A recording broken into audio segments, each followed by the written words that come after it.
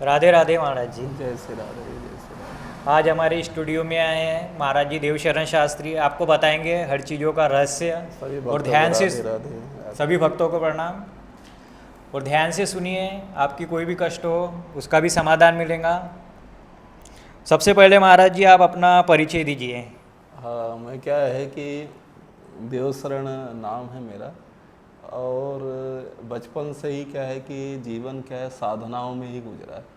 क्या है कि माँ का शांत होना, फिर बचपन से ही क्या है अपने साधनाओं में ज़्यादातर, मैं वृंदावन में भी 13-14 साल रहा। हाँ, तो वहाँ रह कर के मैंने खूब भागवत की जो है भगवान श्री कृष्ण की भी उपासना किया, भागवत कथा ऐसे दिव्य ग्रंथों का भी काफ़ी, वेद उपनिषद और पुराणों का भी मैंने खूब अध्ययन किया।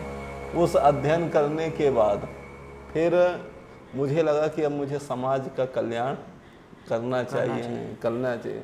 तो जन जन में भक्ति का प्रचार, नाम का प्रचार, और अभी उसी सेवा में लगे हुए हैं, बहुत दिनों से लगे हुए हैं, कर रहे हैं।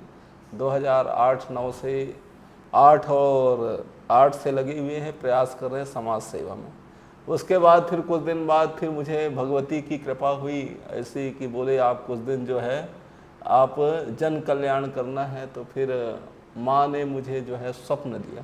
हाँ, हाँ। और स्वप्न में आकर के बोले बेटा जन जन में जो है मेरे नाम का प्रचार करो, जन जन में लोगों का कल्याण करो, लोगों के कष्टों को दूर करो और उनके पीड़ा, उनके तकलीफ़ों का जो है हरण करो। तो फिर मैं कुछ दिन जो है माँ कामाख्या में भी साधना किया। कामाख्या की भी साधना की है आपने? हाँ, माँ कामाख्या का भी साधना किया, फिर माँ पीताम्बरा का भी साधना किया, फिर आदि शक्ति की ऐसी प्रेरणा हुई। और माँ कामाख्या का साधना करने के बाद अब जन जन में जो है लोगों का कल्याण कर रहे हैं, उनकी सेवा कर रहे हैं, उनके कष्टों को दूर कर रहे हैं।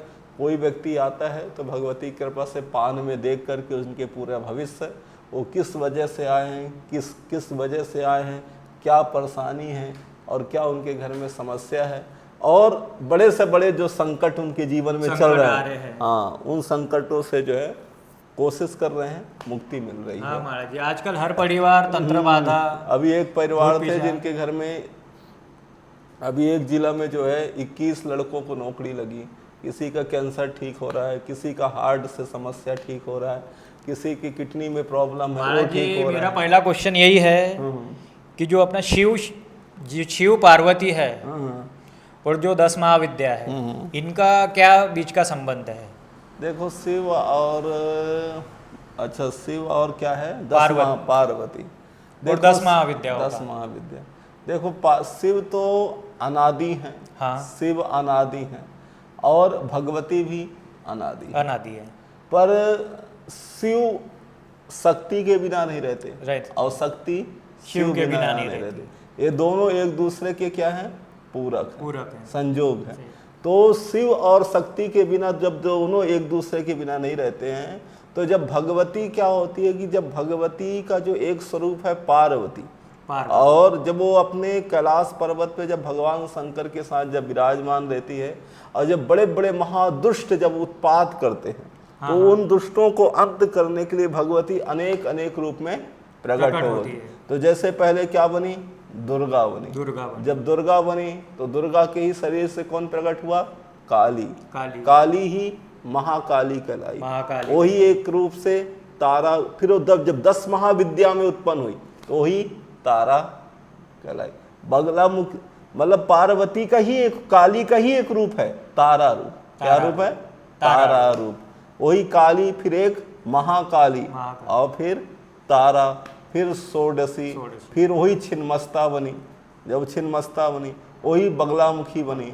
जब एक भंडासुर नाम के दैत्य उत्पन्न हुए तो उसने वरदान मांगा था कि ब्रह्मा विष्णु महेश तीनों में से मुझे कोई समाप्त नहीं कर सकता। तब भगवान श्री नारायण ने घोर तपस्या की हरदा समुद्र के पार, और वहां से फिर एक राक्षस, उसी से फिर उस भंडासुर का अंत करने के लिए स्वयं भगवती बगलामुखी रूप में प्रकट।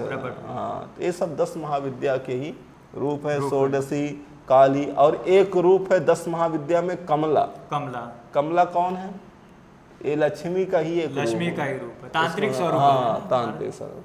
तो लक्ष्मी को सात्विक से भी पा सकते हो और तंत्र से भी पा सकते हो, पर आप किसका चयन करते हैं आपके ऊपर निर्भर। और महाराज जी जो 10 महाविद्या है और तंत्र का जो संबंध है उसका रहस्य बताइए कि कुछ क्या है। देखो तंत्रों के जो रचयिता हैं वो हैं भोलेनाथ।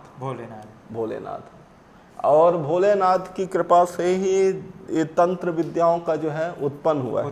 जैसे आपके अलग अलग विद्याएं हैं तंत्रों में, जैसे मारण, मोहन, उच्चाटन, वशीकरण, स्तंभन, विद्रेषण, ये सब विद्याएं। पर इन विद्याओं में अलग अलग क्या है, ये तो एक टाइटल शब्द है। पर मारण एक प्रकार का नहीं, अरबों खरबों करोड़ों प्रकार के, मोहन भी करोड़ों प्रकार के, कोई कैसे वशीभूत करते हैं। अब पर तंत्र की उत्पत्ति भोलेनाथ से ही हुई है और भोलेनाथ में ही, क्योंकि महाराज जी 10 महाविद्याओं को कैसी तांत्रिक देवियाई कहते हैं। पर इनके साथ में भोलेनाथ भी हैं और शक्ति भी है। बिना ये तंत्र शक्ति के पूर्ण नहीं मानी जाती। बिना शक्ति के चलता ही नहीं, बिना शक्ति के चलता ही नहीं है। इसलिए कोई भी काम करना है तो पहले शक्ति का आवाहन करना पड़ता है।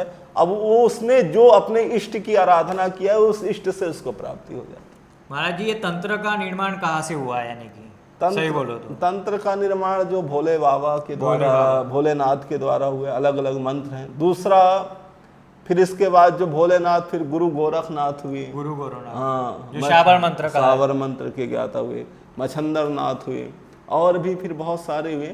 फिर इसके बाद जो है पहले तो शुरुआत जितने भी पुराणों की रचना के जो वक्ता हैं वो कौन है? भोलेनाथ। तो तंत्र रहस्य में जो है माँ भगवती का भी विशेष है। पर भोलेनाथ के साथ कौन है? भगवती है। बिना भगवती के तंत्र की जागृति नहीं होती है। तो बोलो जय आदि शक्ति, जय श्री राधे, हर हर महादेव। जैसे महाराज जी साधारण आदमी जो है, हाँ, वो 10 महाविद्याओं की भक्ति बोलो, आराधना या साधना कैसी करे? 10 करना चाहे तो कैसी करे? 10 महाविद्याओं की साधना करना चाहे तो सबसे पहले तो गुरु से दीक्षा ले, गुरु दीक्षा ले। उसकी माता के प्रति उसकी श्रद्धा दिन प्रतिदिन उसकी बढ़ती रहे और के प्रति अटूट विश्वास रखे। और जिस देवी की आराधना करना चाहता है उसका पहले क्या ले? उसकी जो है दीक्षा ले। और दीक्षा ले करके अटूट विश्वास करके, और यदि उस मंत्र का जाप करेगा तो उसकी जरूर, जैसे आम आदमी को, जो साधारण आदमी है, उसको अगर सही गुरु नहीं मिल रहा हो महाराज जी, तो भक्ति मार्ग समझ लो। हाँ, फिर कैसे करे उनकी आराधना? फिर वो भक्ति मार्ग को चुन के माँ के प्रति विश्वास रख के, यदि गुरु नहीं मिल रहा है कर सकता है ना, लेकिन महाराज जी आम आदमी भी कर सकता है। शिव का कर सकता है, माँ का कर सकता है, नारायण का कर सकता है, हनुमान जी का कर सकता है, जिसका भी उसके प्रति जिसकी निष्ठा है। और महाराज जी जो अघोरी है, अघोरी और तांत्रिकों में क्या फर्क है? अघोरी शिव तत्व को पा लेते, अघोरी तांत्रिकों से ऊपर हो जाते। तांत्रिक से ऊपर रहता है। हाँ, तांत्रिक छोटे होते हैं, अघोरी ऊपर होते हैं। मतलब अघोर मार्ग ऐसा है कि उस मार्ग को कोई काट नहीं सकता है। पर अघोर मार्ग सबके बस में नहीं है। कोई यदि सोच ले कि मैं अघोरी बन जाऊं तो नहीं बन सकता। अघोर मार्ग के लिए सभी चीजों को भोगने के बाद जब ऊपर उठना पड़ेगा तो उसी का नाम अघोरी।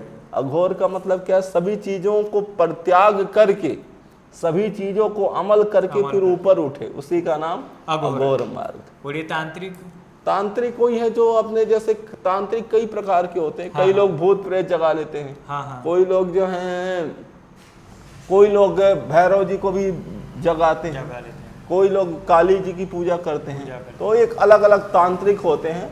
पर अघोर मार्ग इनसे भी जुड़ा हुआ रहता है। मतलब अघोर मार्ग से दूर नहीं है। अघोरी भी यही करते, पर अघोरी शिव तत्व को पाते हैं, तांत्रिक देवी के द्वारा चलते हैं, और अघोरी भी कई बार देवी के द्वारा भी चलते हैं। पर वो शिव और शक्ति दोनों को लेके। अगर महाराज जी समझ लो अघोरी और तांत्रिक में भिड़ंत हो जाए तो किसका पल्ला भारी रहेगा आपके हिसाब से? देखो क्या है, जिसका धर्म उचित होगा उसी का पल्ला भारी, यानी जीत सत्य की होगी। हाँ, ना अघोरी की होंगी ना तांत्रिक की। जीत विजय की होती है। इसलिए भगवान भी कहते हैं ना कि भाई धर्म के साथ में भगवान होते हैं। यदि कोई अघोरी है, कोई तांत्रिक है, यदि तांत्रिक गलत करेगा तो जीत अघोरी की होगी, और यदि अघोरी गलत करेगा तो जीत तांत्रिक और कोई व्यक्ति तांत्रिक है और अघोरी है। हाँ, और उन दोनों और सात्विक व्यक्ति जो भाई भगवान के भक्त हैं उनको बिना वजह के परेशान कर रहा है, तो जीत किसकी होगी? उस भक्त की होगी, क्योंकि उस भक्त के साथ में सुदर्शन चक्रधारी है। बोल राधे राधे जय आदि। और ये जो मारण, उच्चाटन, वशीकरण, विद्वेषण, ये अनेकों प्रकार के जो लोग तांत्रिक लोग जो करते हैं, तो उससे आम आदमी की कैसे रक्षा करे? अपनी रक्षा के लिए उसके से बहुत सारे उपाय बताए गए हैं। जैसे कि हम कुछ कवच का नित्य प्रति पाठ कर सकते हैं। जैसे आप श्री नारायण कवच है, दुर्गा कवच है, देवी कवच है, विश्वास के साथ पाठ करेंगे और माँ की आराधना करेंगे और ईश्वर पे आपकी विश्वास रहेगी। यदि आप तंत्र नहीं जानते, मंत्र नहीं जानते हैं और विश्वास परमात्मा का है, तो वो परम शक्ति तुम्हें रक्षा करेगी। वो कोई ना कोई आपको मार्ग बताएगा और उससे आपकी सुरक्षा होती रही। महाराज जी, आपने तो कई केस सॉल्व किए होंगे, बहुत सारे केस, अनंत केस, अनेकों लोगों को आपने उनको अच्छे मार्ग पे, किसी को सुधराया है, किसी को बचाया है। सब भगवती कृपा है, ठाकुर जी का। आप ऐसा कोई केस बताइए जो आपको मुश्किल गई हो, नहीं क्या सुधारने में, नहीं क्या बहुत तकलीफ गई हो, लेकिन अभी ऐसी केस आप पूरा विस्तार से बताइए। अभी एक ये लोगों को भी कुछ, अभी कई केस थे हमने, अभी उसमें से एक केस पूरा बताइए। हाँ, अभी एक केस था जिसको हमने क्या है कि उसके ऊपर ऐसा तंत्र कर दिए गए थे जो पूरा शरीर से क्या है कि वो दिन प्रतिदिन वो व्यक्ति, एक लेडीज थी, जो उसको ऐसा किसी ने तंत्र विद्या कर दिया था कि वो इतना परेशान थी कि उसके शरीर में मतलब ऐसा लगता था जैसे कोई, जब वो बैठती थी तो उसके दोनों पैरों में आग जैसे बढ़ता था। जैसे किसी ने लगता था किसी ने आग लगा दी, जर्जर। दूसरा, खाना नहीं खाती थी, भूख नहीं लगता था, शरीर सूखा जा रहा है, हड्डियों का ढांचा हो गया, शरीर में उसके कुछ नहीं।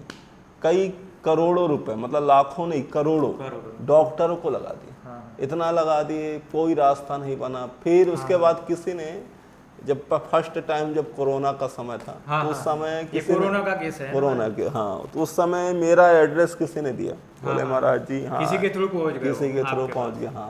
तो जब वो व्यक्ति आए तो वैसे तो हमने हजारों केस बनाए हैं, कम से कम 50,000 से ऊपर केस हो गए होंगे, पर तो उस केस में हमने कोशिश किया, तो फिर हमने उसको मंत्र दिया, भगवती का मंत्र दिया। उसके यहाँ चंडी का पाठ हुआ, चंडी के पाठ में उसको मंत्र दिया। तो जब हम उसको मंत्र दिए तो मंत्र को जपता, वो जपती थी, रात को 3 बजे उठ के जपाते थे। शरीर उसका साथ नहीं देता था, पर हमने कहा तुझे जीना है तो साधना करनी पड़ेगी, हाय हाय करके जीना नहीं पड़ेगा। भाई कब तक तू हाय हाय, अभी तक तो तू 16 साल से हाय हाय ही कर रही, और 16 सालों से बिस्तर में पड़ा। कई बार उसका पति उसको उठा के ले जाता, लेटरिन बाथरूम ले जाना, पर शरीर सही था, अंग भंग नहीं थे, पर उसका बॉडी साथ नहीं दे, मतलब प्रेत आत्मा उसके शरीर पे लगा था, खून भी पीता था, बॉडी उसकी क्या है, अच्छा सांस लेने में भी दिक्कत, बोलने में भी दिक्कत, बैठने में भी दिक्कत, सारी परेशान। फिर जब हमने उसको इलाज किया, तो इलाज करने के बाद उसका हमने सप्तशती का पाठ किया, फिर वो मंत्र का जाप करी।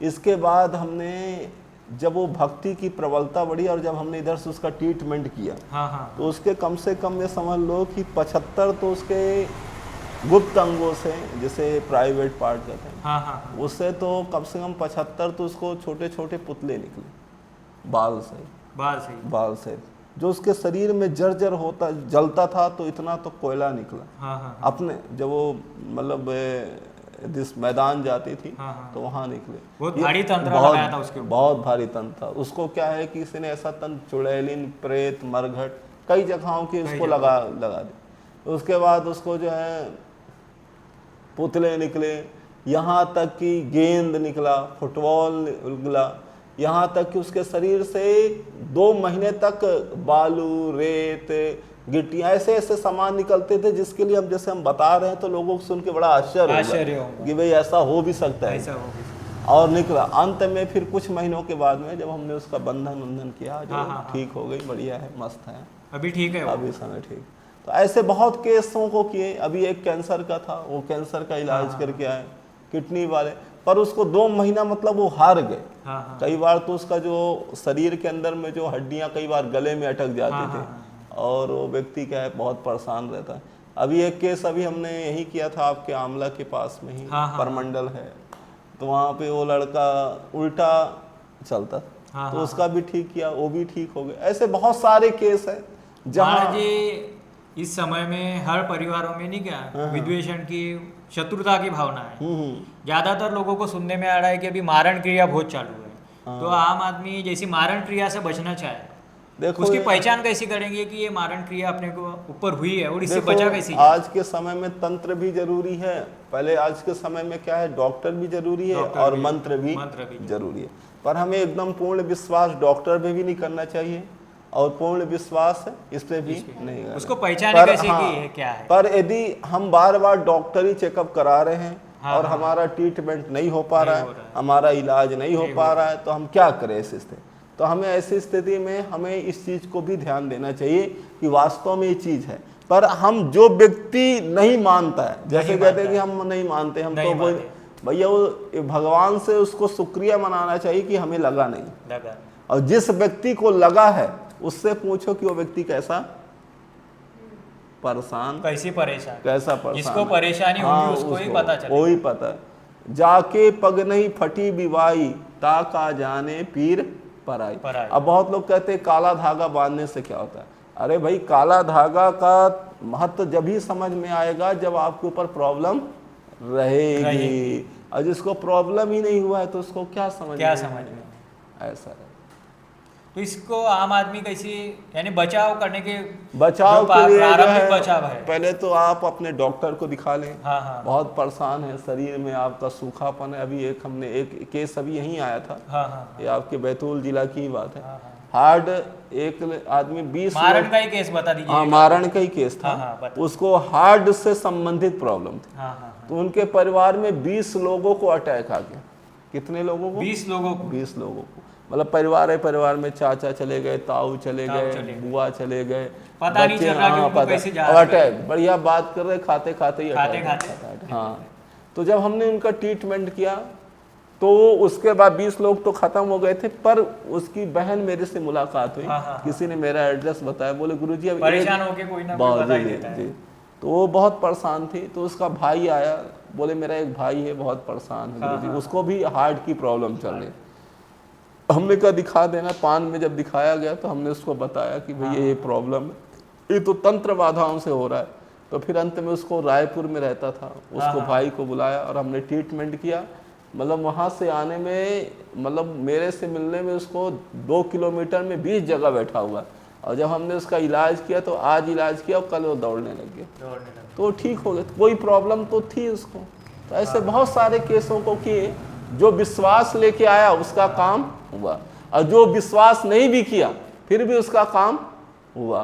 क्योंकि विष को कैसे भी पियो वो अमर मार ही देगा, अमृत कैसे भी पियो वो अमर कर ही देगा। आपका ये सुधराने का तरीका लोगों को बताइए कि जान सकते हैं वो लोग। वो मंत्र शक्तियाँ होती हैं, ये दिव्य साधनाओं का शक्तियाँ होती है। ये चीज़ें ऐसी रहती है कि हम जो है इलाज करते हैं तो मंत्रों से करते हैं, मंत्रों से मंत्र चिकित्सा से जो है बड़े से बड़े बीमारियाँ, बड़े से बड़े रोग, बड़े से बड़े कष्ट सहज में दूर। उसमें फिर दवाई की जरूरत नहीं है, किसी चीज़ की आवश्यकता नहीं है। विश्वास के साथ आएगा, बताए हुए मार्ग में चलेगा, सफलता मिल जाएगी उसको।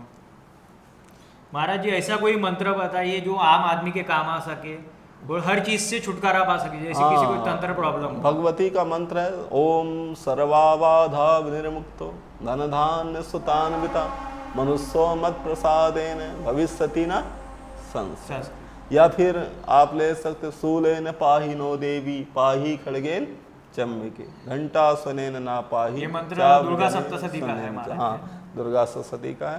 तो ये सर्वाबाधा वाला स्वयं भगवती जगदम्बा स्वयं कहते हैं कि इस मंत्र का कोई मेरा जाप करता है तो उसके समस्त कष्ट में दूर करती हूँ। आम आदमी इसका यूज कर सकता है, बिना गुरु के यूज बिना गुरु के भी कर सकता है, चलते फिरते भी करेगा, लाभ मिलेगा इसका। और जो भी यानी तंत्र प्रॉब्लम है उसका कुछ ना कुछ उसका छुटकारा, हाँ, उसका छुटकारा होगा। और कोई ऐसा केस बताइए जो आपकी नज़रों में हो कि बताना चाहिए, आम आदमी को भी जानना चाहिए। हाँ, बहुत केस हैं, बहुत लोग हैं जो हम आपको मिलवा भी देंगे। कई लोगों के थे, जैसे हजारों लोग 10-20 हजार से 20-25-30 हजार से ऊपर होंगे जिनके बच्चे नहीं हो रहे थे।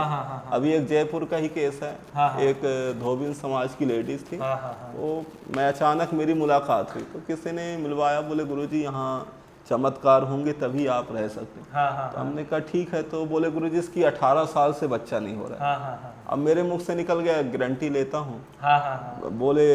बोले पति पत्नी आए, बोले गुरुजी कुछ भी हो, चाहे लड़का हो चाहे लड़की हो जाए। अंत में हमने उसका किया और फर्स्ट टाइम में जब हमने इलाज किया तो 27 दिन के अंदर में गर्भधारण हो गया और अंत में उसको 7वें महीने में ही बालक हो गया। आज उसका बच्चा खेल रहा है। ऐसे बहुत केस हैं जिनके हमने बच्चे वाले की, किडनी वाले की, हार्ट वाले की, जिनको चारों तरफ से शत्रु लग गए, अब उनको कोई मार्ग नहीं दिखा। अंत में कोई व्यक्ति आया और वो निराश नहीं हुआ। प्रेत बाधा वाले तो बहुत सारे केस बने। आजकल महाराज जी मैं सुनने में आ रहा है कि ये प्रेत बाधा और प्रेतों को जो सिद्ध कर रहे तांत्रिक, ये बहुत चालू है। ये क्या है, देखो प्रेत के पीछे तो नहीं पड़ना चाहिए, और प्रेत यदि कोई सिद्ध करता है तो वो खुद भी परेशान रहता है और वो दूसरों को भी परेशान करता है। इसलिए प्रेत बाधाओं को, यदि आपके पास विद्या है तो उन प्रेत बाधाओं से लोगों को छुटकारा दिला दो और भगवान की आराधना में लगाओ कि भगवान की आराधना करो, इसी से तुम्हारा कल्याण। मैंने सुना है महाराज जी कि ये जो पितर होते हैं अपने, ये भी प्रेत होते हैं। हाँ, पितर प्रेत ही होते हैं। पितर भी प्रेत होते हैं। ये भी बहुत लोगों को परेशान करते हैं। यदि उनकी दोष शांति नहीं होती है जैसे, तो फिर वो लोग क्या परेशान करते हैं, परेशान करते हैं। वो यदि उनको शांति नहीं, कैसे अकाल मौत में खत्म हो गए, टाइम से पहले खत्म हो गए, कोई ने उनको जगा लिया, तो ये सब अलग अलग लोग होते। जैसे सरपंच हुआ, फिर अध्यक्ष हुआ, फिर बड़ा अध्यक्ष हुआ, फिर मुख्यमंत्री हुआ, फिर प्रधानमंत्री। तो ऐसे इनके भी अलग अलग कैटेगरी होते हैं। कुछ लोग पितृ में रहते भी लोगों को परेशान करते हैं और कुछ लोग पितृ में रहते पितरों आपको आशीर्वाद देते हैं। मैंने सुना है महाराज जी, जैसे ये अपने पितर होते हैं, इनका अपन पिंड दान भी करवा देते हैं, लेकिन तो भी परेशान करते हैं। वो प्रयोत योनि में यानी इनका कारण रहता है कि पिंड दान से उनको मुक्ति नहीं मिल पाती है। श्रीमद् भागवत कथा में वर्णन भी है कि धुंधकारी के नाम से पिंड दान किया गया, पर वहां पे उसकी विस्तार से कहानी बताइए महाराज जी, कि आम जनता को भी पता चले कि प्रेत जो अपने पितर है उसका अगर नहीं हो रहा पिंडदान से समाधान, तो उसका आगे क्या करें। ब्राह्मण कुल में जन्म लेने वाला बालक आत्मदेव नाम के ब्राह्मण थे, जो बहुत विद्वान थे, पर उनका कोई संतान नहीं हो रहा था। अच्छा, पंडित जी के यहाँ कोई कमी नहीं है, धन की कोई कमी नहीं, धन खूब है, पर्याप्त है, भरा पड़ा है, कोई कमी नहीं, पर केवल एक चीज की कमी है। किसकी? संतान। अब संतान है बहुत लोगों के पास तो भी दुखी है, किसी के पास नहीं है वो भी दुखी है। तो इनके पास नहीं है संतान तो बड़े दुखी, बहुत परेशान है। तो आत्मदेव जी को लोगों ने ताना देना शुरू कर दिया। तो ताना से परेशान होकर के वो कहाँ चले गए? जंगल में। और संक्षिप्त में बता रहा हूं मैं। तो जंगल में जाकर के रोने लगे, विलाप करने लगे। किसी संत ने देखा, वो जंगल से जा रहे थे, उनके ऊपर जंगल से निकल रहे थे कि अचानक उनको देख करके दया आ गई। संत को देख जैसे ही दया आई तो बोले ब्राह्मण देवता क्यों दुखी हो? बोले महाराज मेरे पास में कोई कमी नहीं, धन खूब पर्याप्त, पर एक ही चीज का दुख है कि मेरे घर में संतान नहीं है। उस संत ने उनकी रेखा देखी, बोले एक जन्म तो क्या आपके 7 जन्म तक पुत्र नहीं हो सकते? बोले महाराज जब आप 7 जन्म तक का देख सकते हो तो आप मुझे पुत्र भी दे सकते हो। और नहीं दोगे तो चरणों में सर पटक के मर जाऊंगा, पर बिना संतान के घर नहीं जाऊंगा। संत दयावान होते हैं, करुणावान होते हैं। उन्होंने एक फल को निकाला और उसको दे दिया। बोले अपनी पत्नी को खिला देना, गर्भधारण।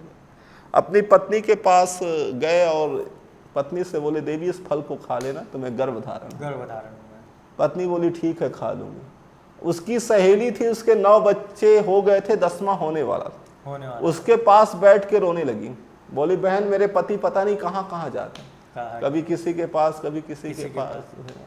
आज मेरे पति को किसी महात्मा ने फल दिया, कहते इसको खा लेगी तो गर्भवती हो जाएगी, और कहीं गर्भवती हुई तो गांव में कहीं आग लग गया तो गर्भवती स्त्री कैसे पाली? और तो पता ना है मेरी ननंद बड़ी छोटी है, आपको पता लग जाएगा कि मेरी जो है भाभी क्या है, गर्भवती है। वह पहले से आके डेरा जमा लेगी तो मैं क्या करूं? अरे बोले चिंता क्यों करती है? कुतर्क उसके मन में चलने लगा। तो उसकी बहन बोले ठीक है, मुझे धन की जरूरत है, तुझे पुत्र की जरूरत है। मेरा 10वां पुत्र होने वाला है, मैं तुझे दे दूंगी, तू मुझे धन दे लेना। और इस फल से संतान होता है कि नहीं, तेरी जो गाय बांझ है उसको खिला दे। उस गाय जो बांझ थे उसको फल खिला दिया। कुछ दिनों के बाद अब वो घर में नाटक करने लगी गर्भवती होने का। उधर गाय भी गर्भवती हो गई क्योंकि संत का प्रसाद था, वो समझ नहीं पाई। हाँ, वो समय इधर सहेली का पुत्र ले लिया, उसको बहुत सारा धन दे दिया। समय आने पे सहेली का पुत्र हुआ, ले लिया, हल्ला कर दिया, मेरा पुत्र हो गया। उस गाय ने भी एक सुंदर पुत्र को जन्म दिया। हाँ, संपूर्ण शरीर मनुष्य और कान गाय के जैसे। नाम रखा गया गोकर्ण। और आत्मदेव ने सोचा मेरा नाम है आत्मदेव, उस पुत्र का नाम रखूंगा परमात्मदेव। धुंधली ने कहा वाह, 9 महीना तो हमने पेट में रखा और नाम अपने नाम से मिलाना चाहा। तुम्हारा मेरा नाम है धुंधली, तो मेरे पुत्र का नाम होगा धुंधकारी। हाँ, देखो नाम का भी प्रभाव जीवन में बहुत पड़ता है। उसकी जो बहन ने जो पुत्र दिया उसका नाम हुआ धुंधकारी, और गाय का पुत्र का नाम गोकर्ण। पर गोकर्ण महाविद्वान, प्राकंड विद्वान, लोग उसकी दर्शन के लिए तरसते थे। तो गाय का पुत्र, अब दिन प्रतिदिन दोनों पुत्र बड़े होने लगे। पर धुंधकारी महाप्रेत, अंत में धुंधकारी महाखल निकल गया। चोरी करना, व्यभिचारी करना, हर बुरे काम, बुरे संगत होने लग गया। माँ से पैसा ले जाता, जुआ खेलता, माँ दे देती, ले जा। रात्रि में माँ ने मना किया तो रात्रि में आधी रात को काली पट्टी बांध के आता, शराब पीता, मदिरा पीता, मांस खाता। मतलब उस ब्राह्मण का जो घर मंदिर था उसको नरक बना दिया। ब्राह्मण को नरक में डाल दिया उसने। हाँ, मतलब नरक जैसा उसका घर बना दिया। जहाँ तुलसी के पूजा होते थे, जहाँ मंदिर था, जहाँ कृष्ण की पूजा होती थी, आज वहाँ शराब के बोतल पड़े। और जो गाय का पुत्र था वो महाविद्वान, लोग उसकी दर्शन के लिए तरसते थे। तो आज एक दिन उसके पिता ने समझाया, पिता को बहुत डांटा फटकारा और पिता से बोला, पिताजी हम जो कहते अच्छा कहते, आपकी बुद्धि सठिया गई। तो बोले ठीक है। अंत में पिता समझ गए कि समझने वाला नहीं है, सब कुछ छोड़ के वन में चले गए। गाय के पुत्र ने भी समझाया कि पिताजी अपने अंदर के, वो भी भाई है, वो भी भाई, पिता को भी समझाया। अंत में भागवत का 10वें स्कंद का पाठ किया और उनकी मुक्ति हो गई। किसकी? आत्मदेव की। इधर अब माँ को मारता, बता धन कहाँ? माँ ने कहा सब तो ले गया बेटा, अब कुछ नहीं रह गया। अंत में माँ भी कुआं में कूद गई।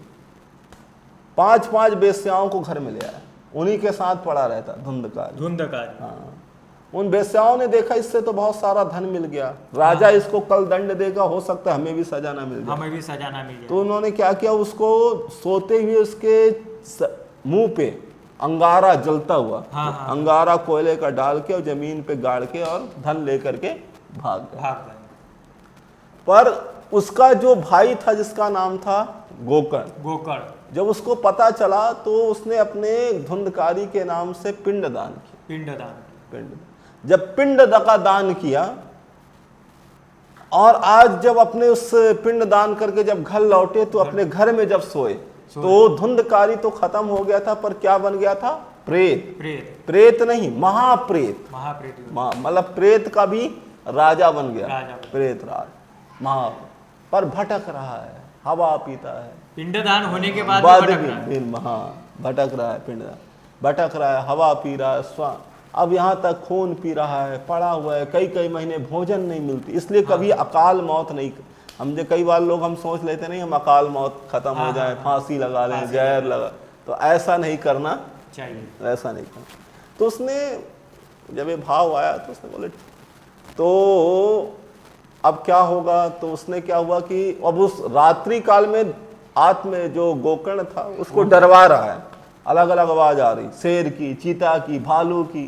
यानी जो ये महाप्रेत बन गया आवाजें निकल रहा है और इसको सुनाई दे रही है, इसको सुनाई दे रहा है, डरवा रहा है, जैसे कोई कभी बगल से गुजर के जा रहा है।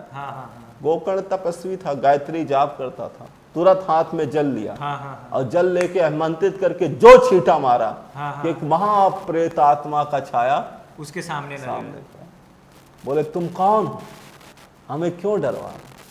अरे बोले भैया अहम भ्राता तुदी धुंधकारी, मैं आपका भाई धुंधकारी, राम राम राम। अरे तुम्हारी मृत्यु का समाचार सुना तो मैंने पिंडदान कर दिया, पिंडदान करवा दिया। बोले भैया एक बार तो क्या, ये धुंधकारी स्वयं करे, 1000 बार भी पिंडदान करोगे तो मेरी मुक्ति नहीं हो, क्योंकि मेरे कर्म गलत। तो जहां पिंडदान से मुक्ति नहीं होती तो फिर किससे होगी? किससे होगी? बोले भैया मुझे बड़ा दुख हो रहा है, बड़ा कष्ट हो रहा है, बड़ा पीड़ा।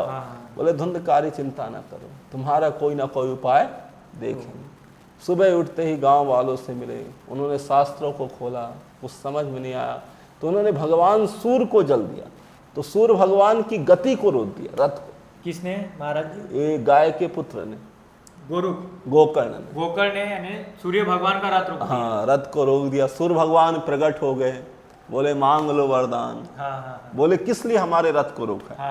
बोले महाराज ये बताओ महाप्रेत आत्मा की मुक्ति कौन हो, कैसे होंगी? हाँ, तब वो भुवन भास्कर, आप तो आदित्य हो, भुवन हो भास्कर। तब वो सूर्य भगवान ने कहा, क्या कहा कि बोले उसका एक ही रास्ता है। बोले क्या?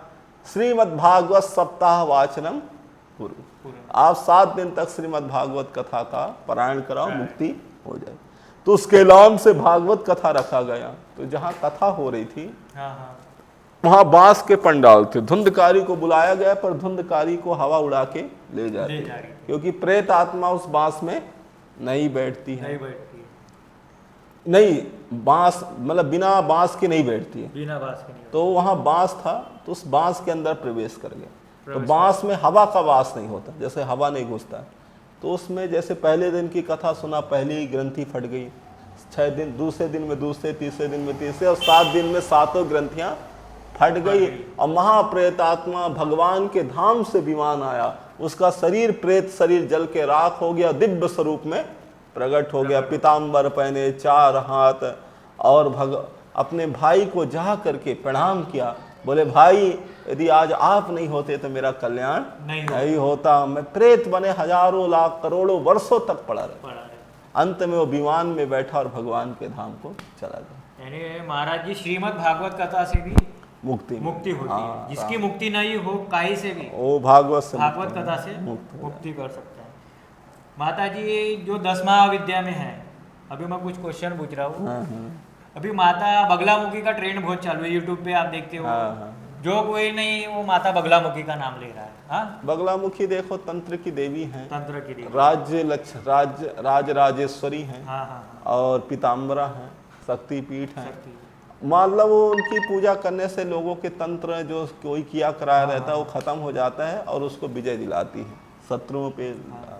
वो मारण में भी काम करती हैं, मोक्ष में भी काम करती हैं, मोहन में भी काम करती हैं। वो जिस उद्देश्य से आप करोगे उसमें सफलता। जैसे महाराज जी आम आदमी अगर माता बगलामुखी की आराधना करना है, साधना करना है, तो कैसे शुरुआत करें?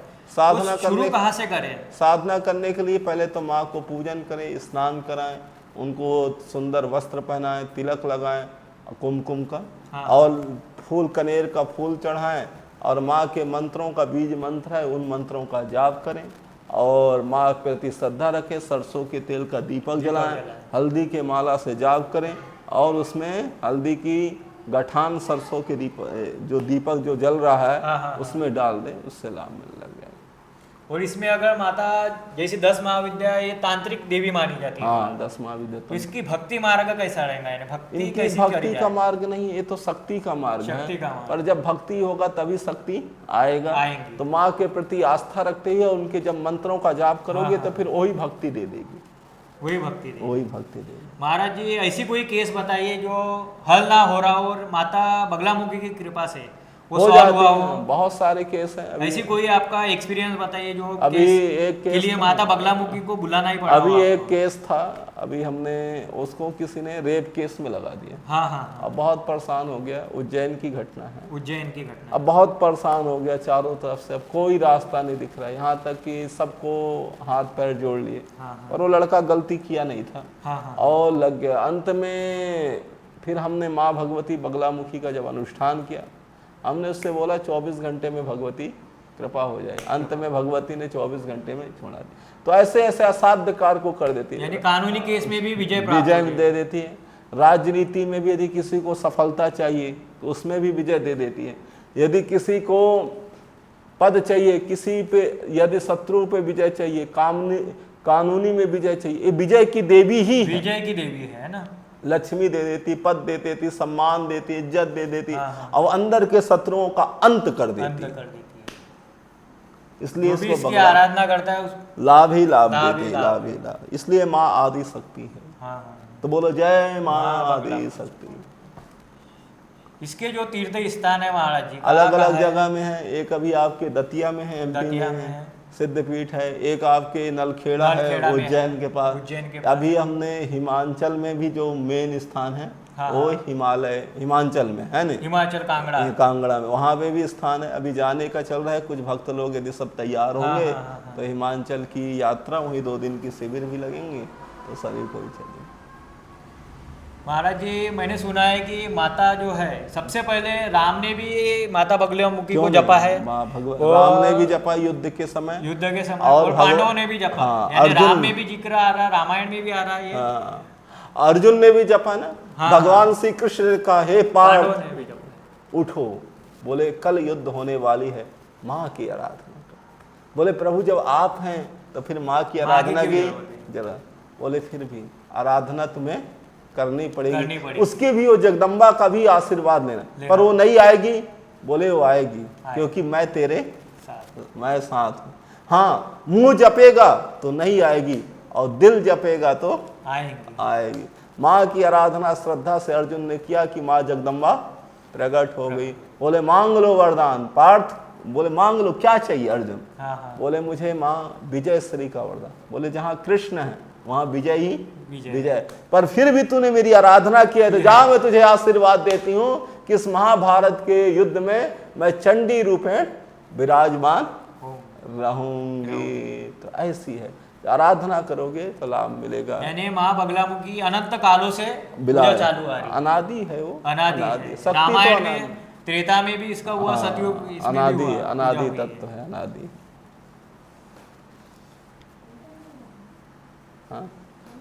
महाराज जी आम आदमी, अगर आम लोगों के लिए मेरा एक प्रश्न है कि आम आदमी अगर बिना गुरु के कोई साधना करना चाहे, कोई छोटी आप बता सके जो कर सके वो अपने घर में क्या है कि ओम ह्रीम नम दुर्गाय नमः, बिना गुरु के, क्योंकि गुरु मिलना आज के समय में बहुत कठिन।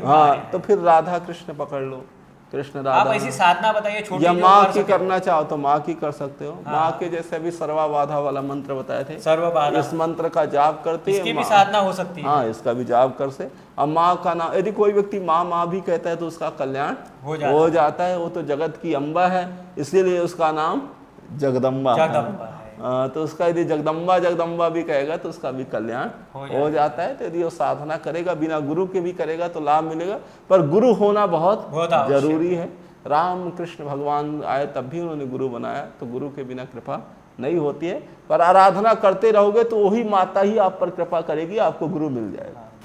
महाराज जी और एक क्वेश्चन है अपना कि आजकल देख रहे हो यूट्यूब में बहुत दरबार फेमस होते जा रहे हैं, जैसे बागेश्वर धाम हो गया, पंडोगढ़, ऐसी बहुत सारे दरबार, अनेक दरबार चल रहे हैं। लेकिन लोगों को समझ भी नहीं आ रहा कि इसमें क्या सच्चाई है भी या नहीं है। जैसे देखो अभी बागेश्वर धाम वाला, जैसे आप बताइए आपके विचार क्या है उसके प्रति। जैसे धीरेन्द्र शास्त्री हैं, अच्छा कर रहे हैं। देखो आज समाज सेवा कर रहे हैं, कन्याओं का विवाह कर रहे हैं, जो उनके पास धन आ रहा है उससे समाज की सेवा भी कर रहे हैं। और जिन्होंने गरीबी देखा है और यदि उनको कुछ मिला है और यदि समाज सेवा कर रहे हैं तो उनकी और बढ़ोतरी हो रही है और आगे भी होती रहेगी। धर्म के मार्ग में चलेगा, गोविंद उसके साथ रहेगा, माँ जगदम्बा उसके साथ रहेंगी, हनुमान जी उसके साथ रहेंगे।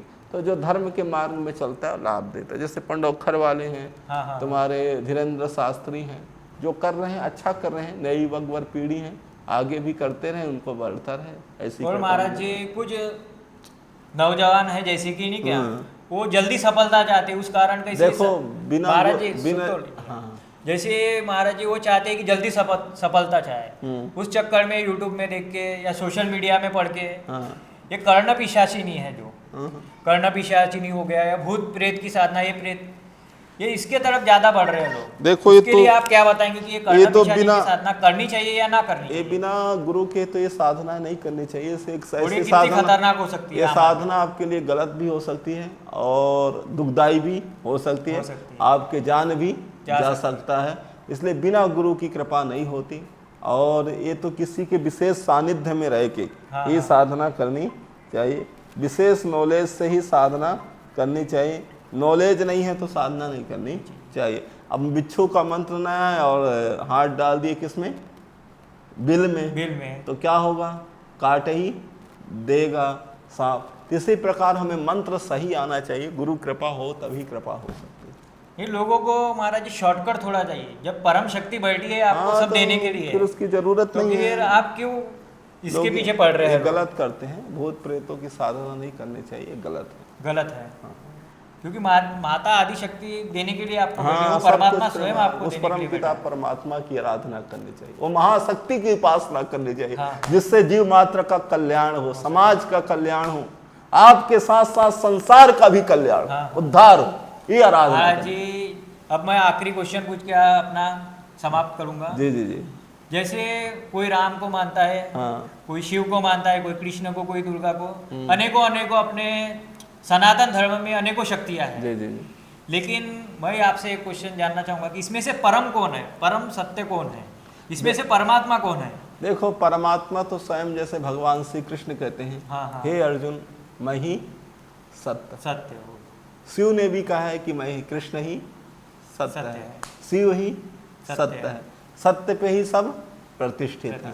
आप जिसकी पूजा करोगे वही आपका सत्य के मार्ग को ले जाएगा, और सत्य ही शिव है और शिव ही सत्य सुंदर है और सुंदर, इसलिए कृष्ण ही सत्य है, राम ही सत्य है। विश्वास आपका किस पे है, आप जिसको आप विश्वास से पकड़ लोगे वही आपको उस परम तत्व तक पहुंचा देगा, वही आपका कल्याण कर देगा। इसलिए कृष्ण की उपासना से भी लाभ मिलेगी, माँ की आराधना से भी लाभ मिलेगी। हाँ, जहाँ कृष्ण है वहाँ आदि शक्ति भी है, जहाँ आदि शक्ति है वहीं नारायण भी है, और जहाँ नारायण है वहीं शिव भी है, क्योंकि शिव और नारायण ये अलग रहते नहीं है।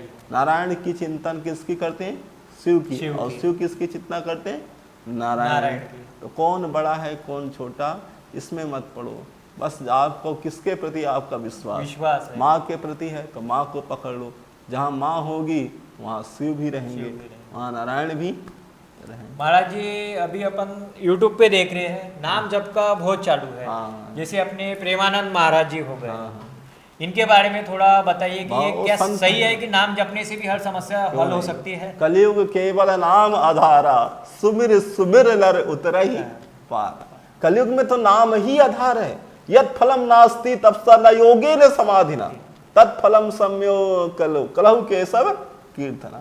कलयुग में नाम ही आधार है, नाम से ही कल्याण होता है, नाम ही उद्धार कर देता है। चाहे नाम माँ की जपो, चाहे नाम कृष्ण की जपो, कि किसी को कुछ आता भी नहीं हो, वो अगर सिर्फ नाम भी जपता हो, नाम निरंतर जपने से सब सिद्धियां उसके पास में आ जाती और उसको कोई तंत्र छू नहीं सकता। नाम जपो, राधा जपो, राधा राधा राधा, समस्त बाधाओं को दूर कर देगी। माँ दुर्गा जपोगी, माँ दुर्गा दूर कर देगी। आदि शक्ति जपोगे, माँ आदि शक्ति कृपा कर देगी।